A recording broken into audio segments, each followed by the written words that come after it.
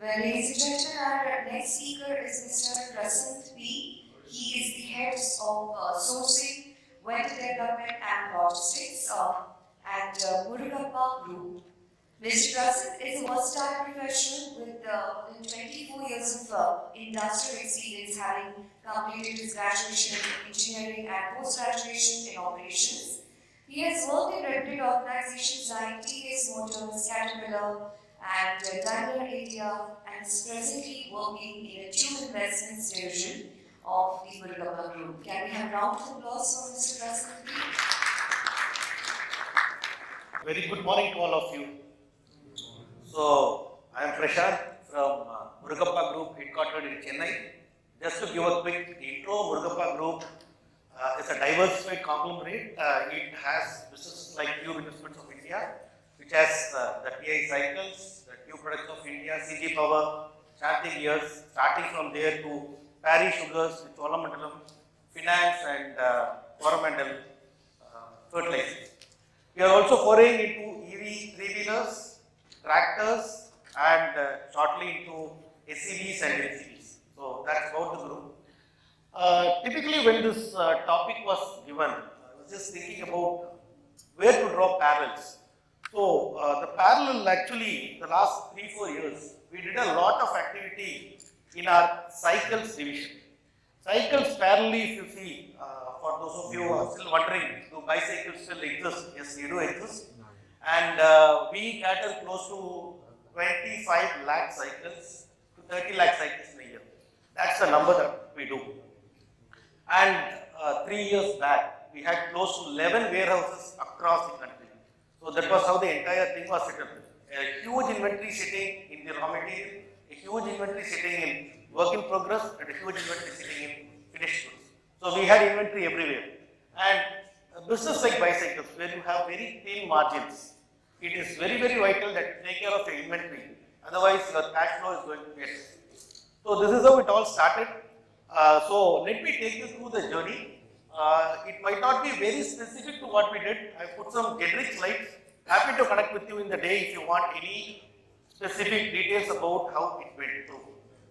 Can I have this, please?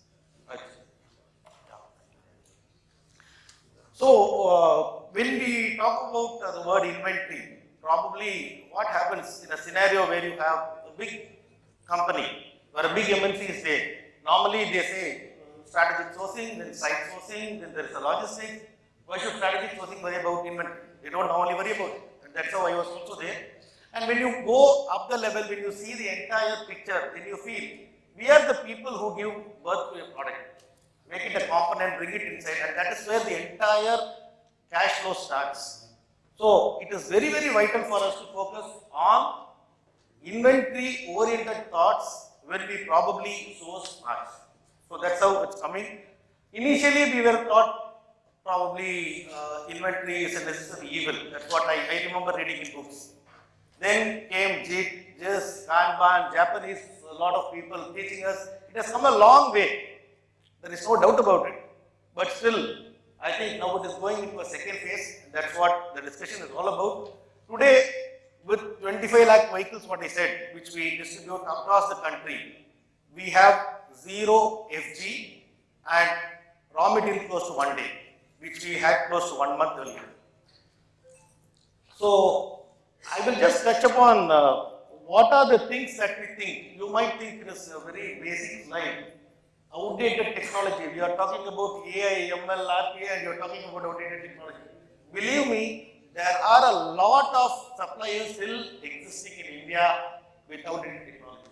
They don't even have an ERP, they don't even have a system where they collect the data. And even in this industry, what I am talking about, there are players who are supplying close to 5 lakh, 6 lakh cycles across the country without an ERP system, without a particular purchase order. So typically, I don't know, might not be sort of understandable to most of us because we are in a different industry. But if you think any of your suppliers do not have this, this is the first phase probably to ensure that we work on a path to reduce the inventory. Second, information, insight and intelligence. We get a lot of information. Today there is a depth of information everywhere, but how you get insights about it, how you use your intelligence on it, makes a difference. And that's where now today I think we will be discussing with a lot of tools, how probably we will be able to intercept it and use it for our benefits.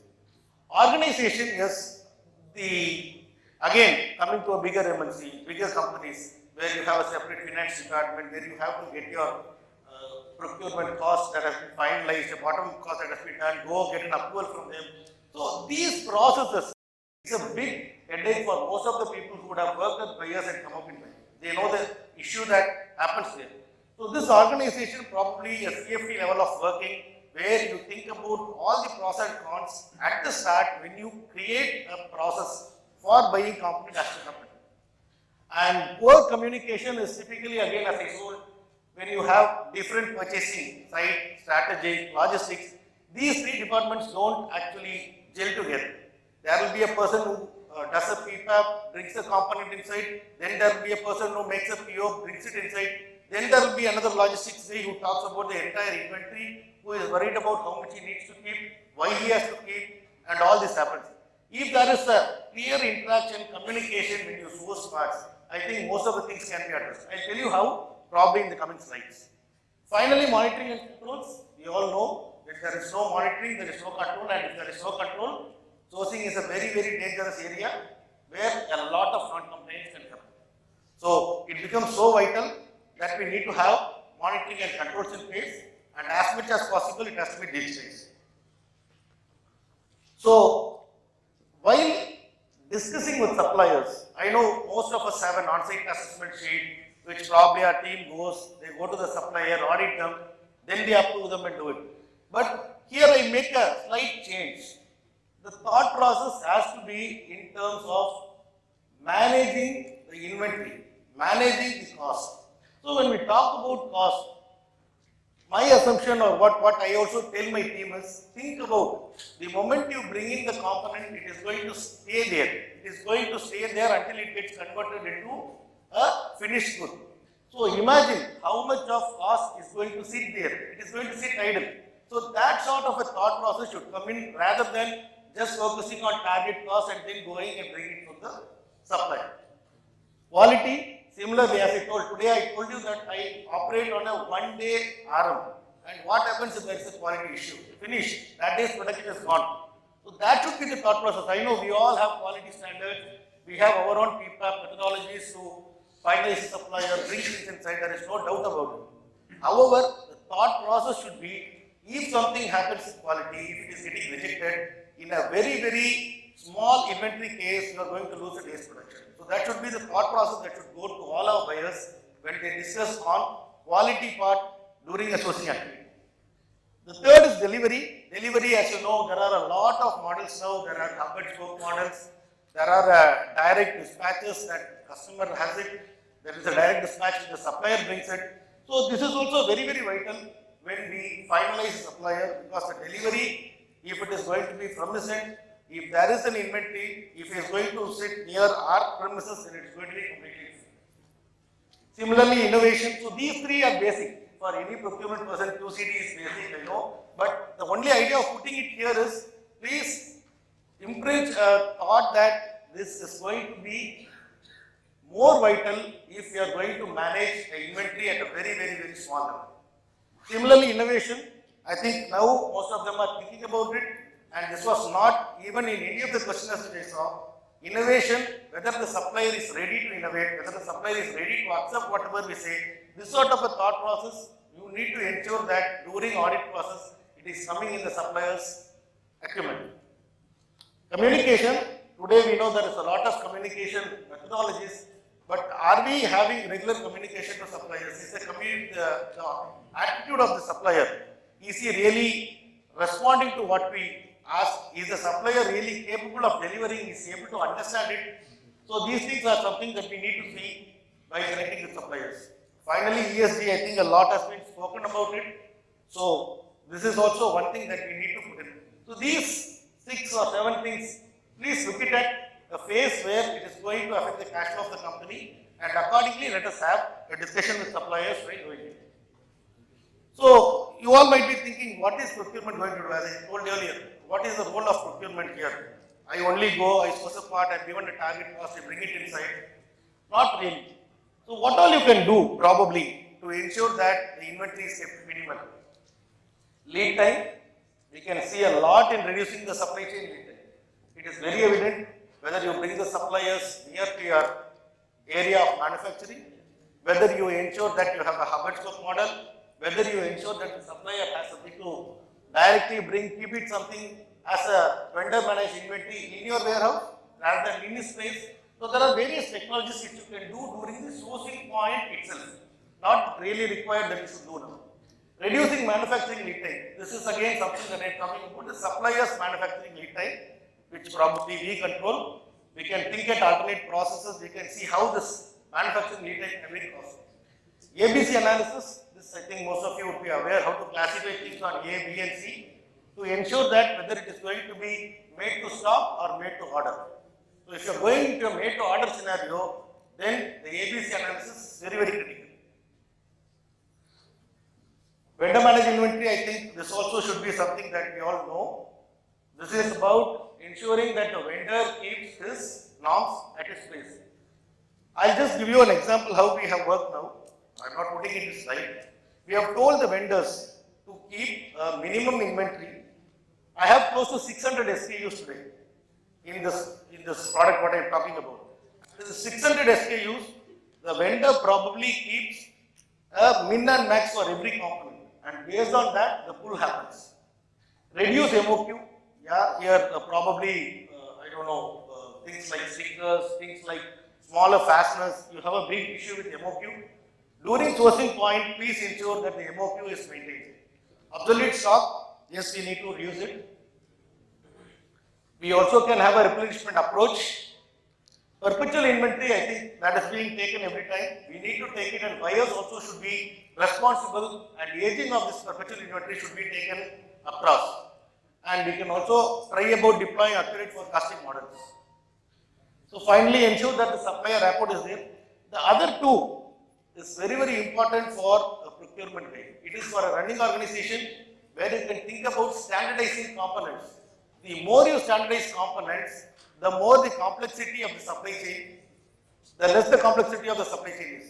So see whether you can standardize component across and reduce SKUs. Less the number of SKUs, better. So see whether there is a tail. Always go on pushing your sales department. Tell them you don't need this many SKUs because it is going to give birth to a lot of components and it is going to complicate the supply chain. So typically try to use these inventory strategies over a few months, and we try to ensure most of the things were put in places and we were able to augment the benefits. Typically, how do you modernize and ensure that end-to-end supply chain visibility? First, it's digitization. As I said, let us try to digitize the entire supply chain processes. Might be, I think there are a lot of things today. If possible, we should try to take in if it is not available. Tracking, real-time tracking. Today, there is a lot of ways in which we track. We have even the trucks, the moment they started, we are able to understand where the truck is. Every component, we can put an RFID sticker where you know where this finished good is moving to which particular part of the country. Not only on the trucks, even when the dealer is taking it around. So, the more you are able to track real-time shipments, we are able to understand what is going to be our finished goods, how much is going to be the consumption. Accordingly, we will also be able to plan our raw material. Next is analysis. Analysis, as we are talking, I think there is a lot to discuss today on AI and RPAs, which are going to come in place. Blockchain, I think, might not be immediately adapted to procurement, but once blockchain comes into picture, it will be a game changer. I think everyone can access the same data, which they say no one can meddle with. Be it your purchase orders, be it your contracts, everything probably, if it is there, it's going to be a game changer for all the contracts that we are going to maintain and the purchase orders. Finally, collaboration is the key. Ensure that we have very, very standard discussions along with the supplier. Ensure what is his inventory, ensure what is his VMI and how it can be tracked accordingly, and we can reduce as much as inventory that is available at our end. So, these are certain things which you need to develop sourcing methods, need for automation, analytics, procurement model, prioritizing, and finally invest in employees. Most of the companies, at least what I see, you bring in all these things, but most of the employees are not very much used to use it. I saw a company where they had a fantastic Power BI report. They were able to see the entire BI sitting there, what purchase order, what is happening. But most of the employees didn't even know how to read it. It was only available for the topic. So ensure that these sort of adaptations as we do it, it is also percolated down by means of training. So predictive analysis is what they were also talking about.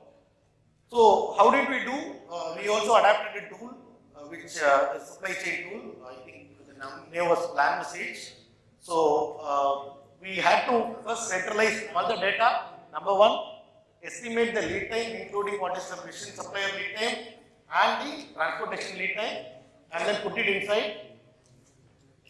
Then take all the sales data trend for the past years, put it in to see how the sales data is going on, so that the system is able to analyze what is going to be a forecast. Then feed in the constraints. So you put in all the constraints inside, what is going to be the issues, where it can actually happen, what can be the worst case scenario, put everything inside, and then finally do an industry benchmark. Once you do all these things, there are various systems that are available today which can probably give you an accurate forecasting in which the entire thing can be done. So this will certainly help you to reduce stockouts. It will prioritize stock based on profitability. It will minimize the existing inventory, smooth out supply chain disruption, and optimize transportation routes. That's more important. You will understand from where, how you can pull in faster and bring it in. Rather than if the supplier is going to bear your logistics cost, it is well and fine. If not, I think this is the way to go. So finally, when you do all these things, you also need a structure, right? Be it your RM store or be it your finished goods store or a warehouse. It also needs to be equipped to adapt all these things. And that's where this entire journey happens. Even we are not there completely. I think we are in the third phase. I think we have been there. There are two ways to do it. In your warehouse stores, probably one part is the digital part, one part is the physical part, where probably you need to have a WMS. This is called a WMS. You today have a WMS called a warehouse management system and a TMS called a transport management system, which is available by most. There are a lot of service providers doing it. So first put it in so that the entire thing is barcoded, you know where particular component is kept in, and then you can go into mobile scanning devices. Probably GTP is go to the person, so you have seen machines that move. Then there is AS and RS equipment, which is like retrieving storage and keeping it there. Then the next level, when you go with IoT sensors, you also have automated guided vehicles, which you now see in FMCG sector. I have seen this. You see automated guided vehicles and automated mobile robots. So these are the things. There are also sortation equipment that has come in place, which automatically sorts out the IFT based on it. And then there are also smart shelving parrots, which automatically shelves it and tells you what needs to be filled in and when. So this is how the entire thing today is available with a lot of benefits. Wherever you are, I think you should make a start. If you have a warehouse, if you want to do everything, if you manage your inventory, if you need to do it digitally, this is the way to go. So hopefully, I think, as I told you, we are in the third phase. Not that everyone can go to the final phase because it involves a lot of money or investment to be put in. But see how we will be able to adapt this. That's it from my end. So, thank you. Thank you so much, sir. Thanks a lot for the wonderful presentation.